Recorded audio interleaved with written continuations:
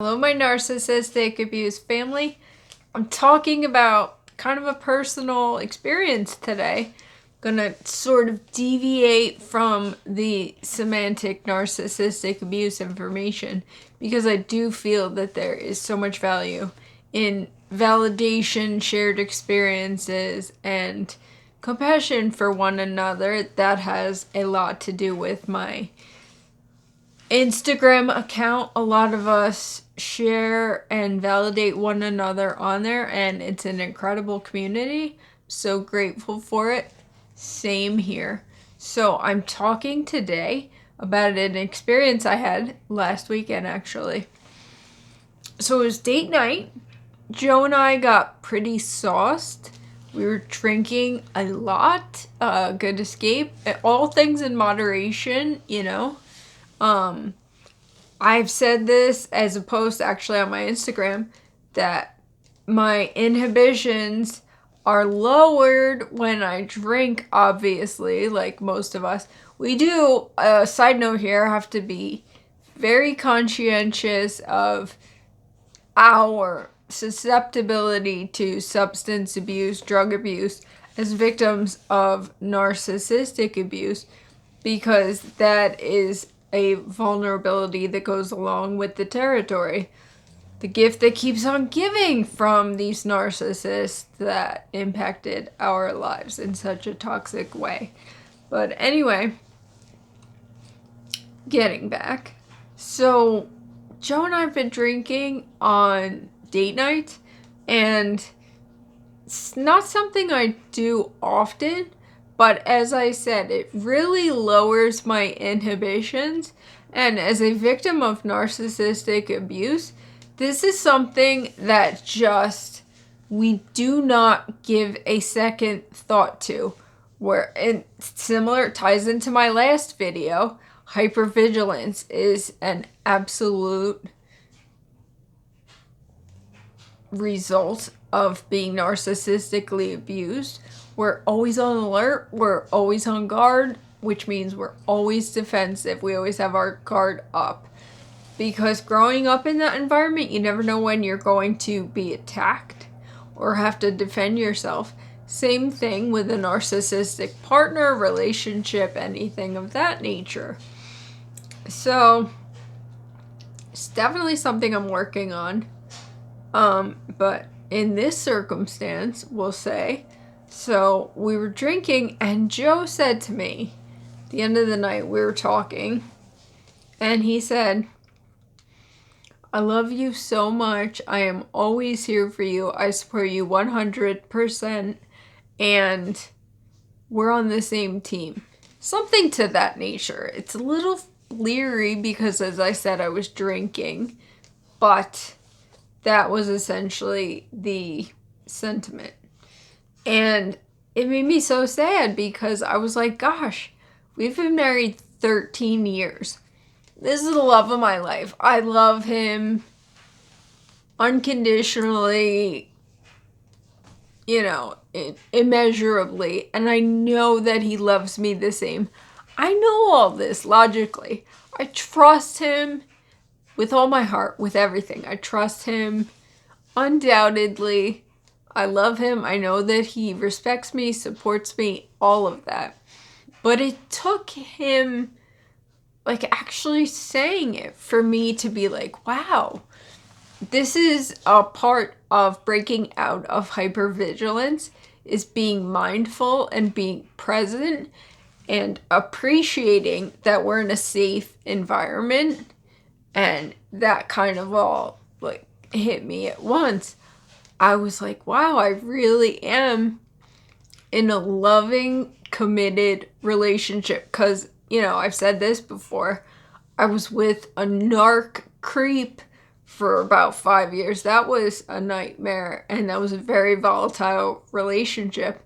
Narcissists never, ever want you to feel stable or secure because they always want you to be on your toes. They always want you to be doting on them, fluffing up their feathers, blowing up their ego because they're so insecure. So that's another reason why it's kind of hard for us. It's sad. It's hard for us to accept a good, solid love in our life, I guess is what I'm saying. My relationship with my husband is incredible, and I am blessed beyond words, and I'm secure, and we have mutual respect for one another. And I know that Joe has respect for me and supports me unconditionally. And throughout this whole ordeal with the toxic duo, he has always supported me, and he sees how absurd and disordered they are. Never has he, expressed any opposition to me as the victim, but as a victim, as growing up in that environment, I am completely trained to always doubt myself. I say this over and over because I just cannot stress it enough. Early childhood development is a crucial and pivotal point in our lives. In the world of psychology, that is why Freud, Jung, everyone has focused on it and stressed the importance of this period in our lives. Up until the age of 7, we're like little sponges. We're just absorbing everyone around us, the way that we're being treated, and that's when we set the foundation for the rest of our lives, for our healthy, hopefully, interactions with others, our self-perceptions, our self-worth, our integrity, our self-respect. And when you grow up in a terrible, toxic environment, you're lacking all of those things. Narcissistic parents are doing the complete opposite. They're just systematically degrading you. They're dismantling all of these integral features of a healthy, well-established human being. So that's my point. It's just that it took this moment that I had with my husband last week, him proclaiming to me his unfailing loyalty, his absolute unconditional support of me and love for me. And I was like, I can't believe it's been 13 years. I've been no contact since August of 2019. So thank God. I mean, in this time that I have been able to separate myself from the toxicity, it has been an integral time for me to heal and to actually get my bearings and to focus on my own well-being, my own mental, physical, emotional health. That's something that we were robbed of growing up in a toxic environment. And it's so hard for us to believe that we're lovable, that people actually love and respect us, because we were told that we don't deserve that. We were taught to believe that we're pieces of garbage, essentially, which is so profoundly sad. But that's what these nightmares did.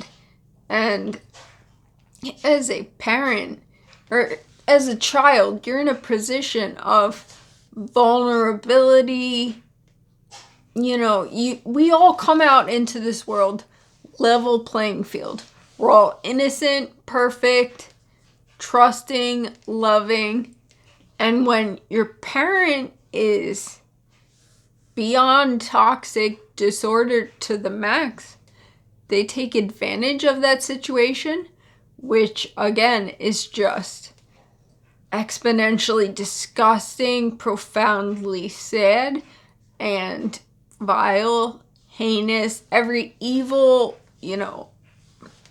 adjective I can think of, I will apply to that. But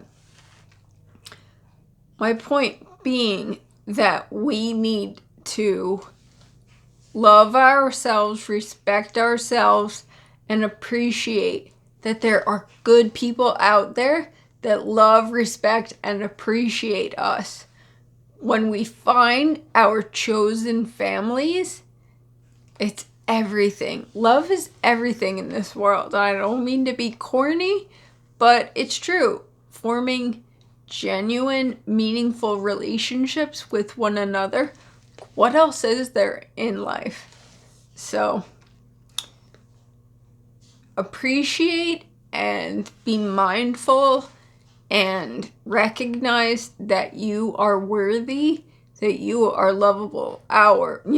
Me of all people, I made a flipping speech at my dang wedding saying, I know I'm hard to love at times, because that's what they drilled into my head. I'm unlovable. I'm so hard to love and I'm such a problem.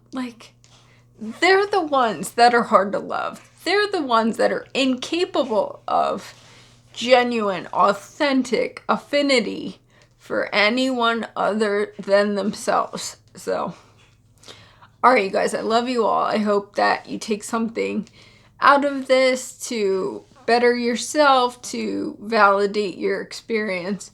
Please give me a thumbs up, please subscribe. That would be super awesome. Share with anyone that you think would benefit from this. I love and appreciate you all. We are all healing together. We're bumped, we are bruised, but beyond everything else, we are blessed because we have a meaningful, genuine appreciation for the good people in our lives. We have a compassion unlike most others. So I'll see you guys soon.